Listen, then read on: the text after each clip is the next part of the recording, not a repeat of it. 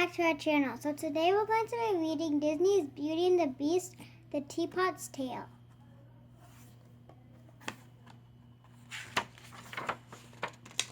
Hello, my name is Miss Potts. I wasn't always a teapot. Heavens no. All of us in this castle were put under a strange spell some years ago by a powerful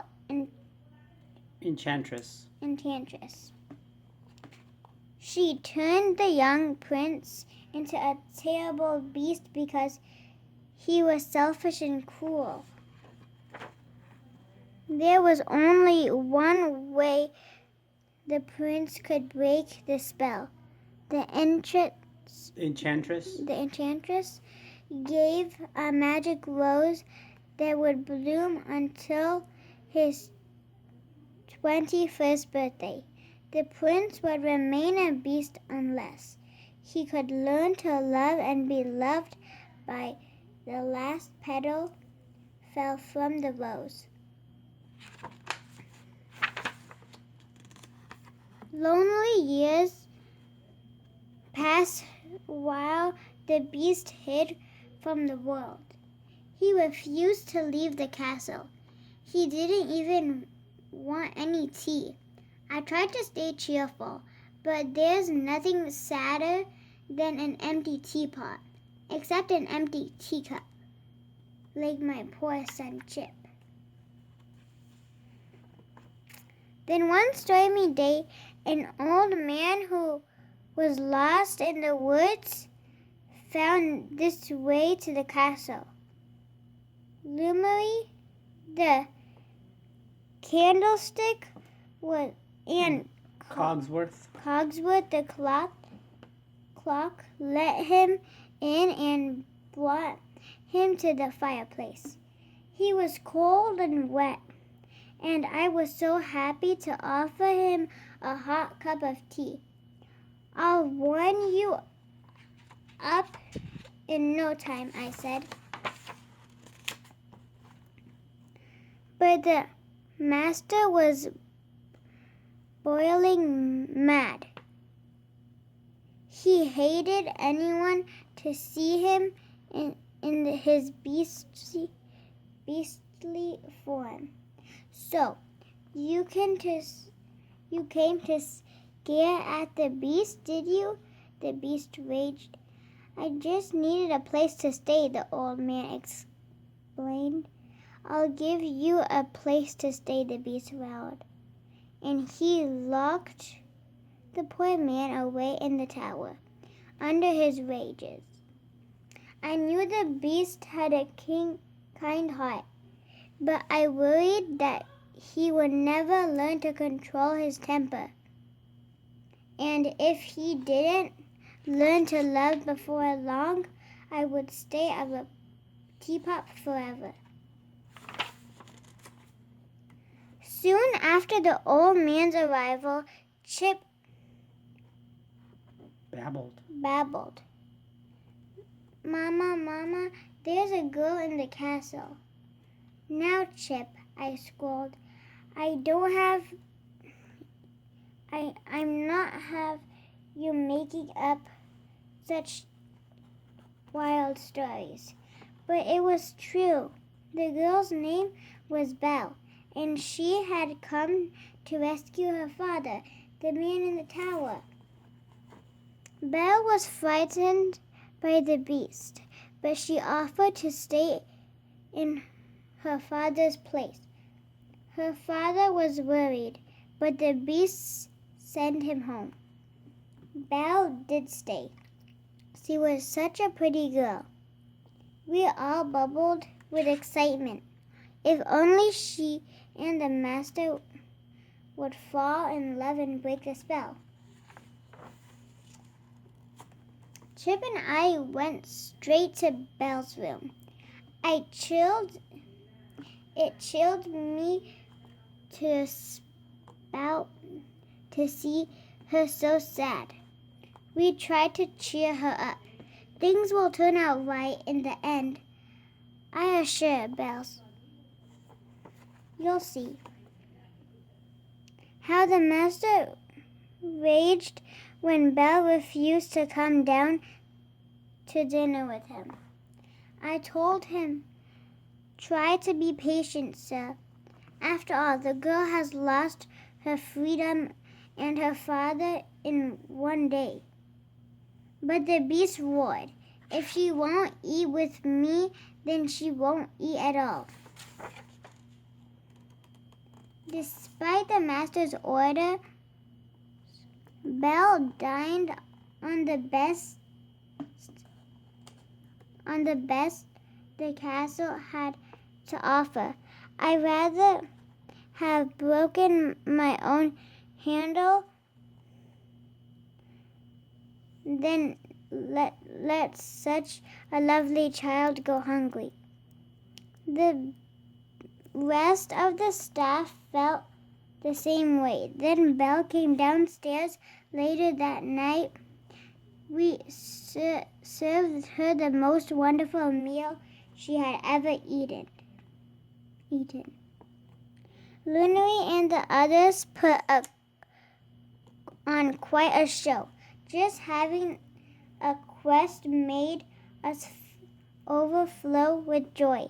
I warmed myself up and poured chip full. We did our best to make Belle feel at home.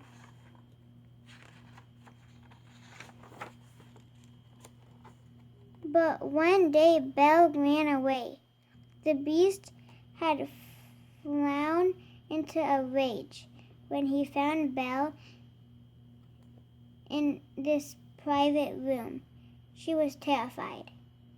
Belle didn't get far before she was surrounded by wild wolves.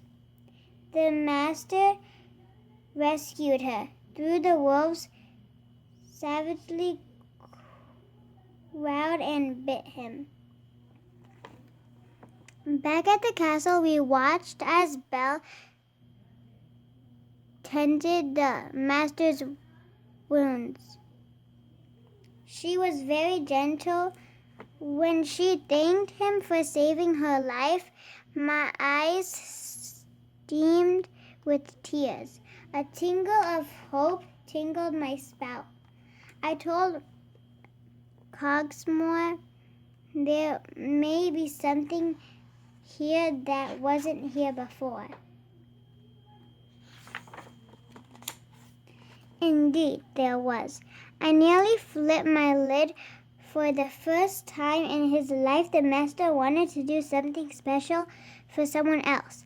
Belle loved to read, so the master told her she could have any of the books in this wonderful library. Chip was too young to understand, but I knew the feeling between Belle and the master had changed. I felt all warm inside, even though I wasn't anywhere near the stove. Oh, but the curse of true love never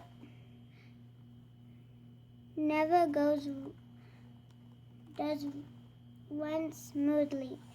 Belle discovered that her father was ill. She begged the beast to let her go home, and the master allowed her to leave the castle. While Belle was taking care of her sick father, trouble was brewing in the village. A wicked hunter convinced the villagers that the beast would soon attack their homes, so they decided to attack the beast first. We heard the hunter shout, "Kill the beast!" The next thing we knew, the townspeople were storming the castle. The servants defended the castle, but the master wouldn't lift a paw to help us. He was broken-hearted about Belle having gone away. While we servants fought in our own special way, the evil hunter attacked the master. The beast couldn't find the strength to fight back until he heard Belle's voice. She had returned.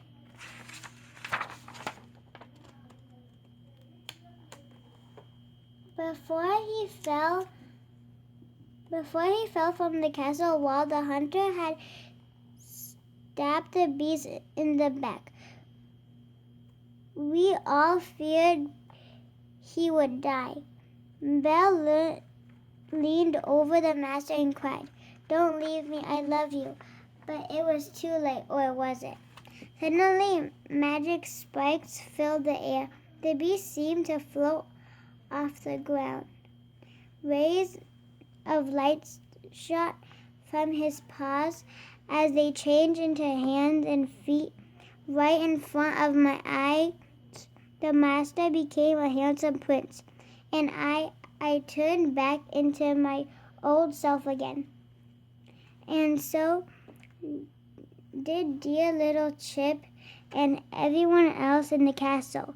The curse over us was broken by the magic of true love. Soon after that, Chip asked me a question. "Mama, are Belle and the prince going to live happily ever after?" I nodded and gave him a big hug. "We're living happily ever after too, but since those days, I'll never taken a Teapot for granted."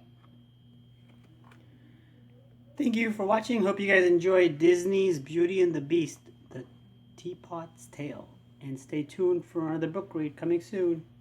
Be safe and make sure you guys are reading. Take care. Goodbye.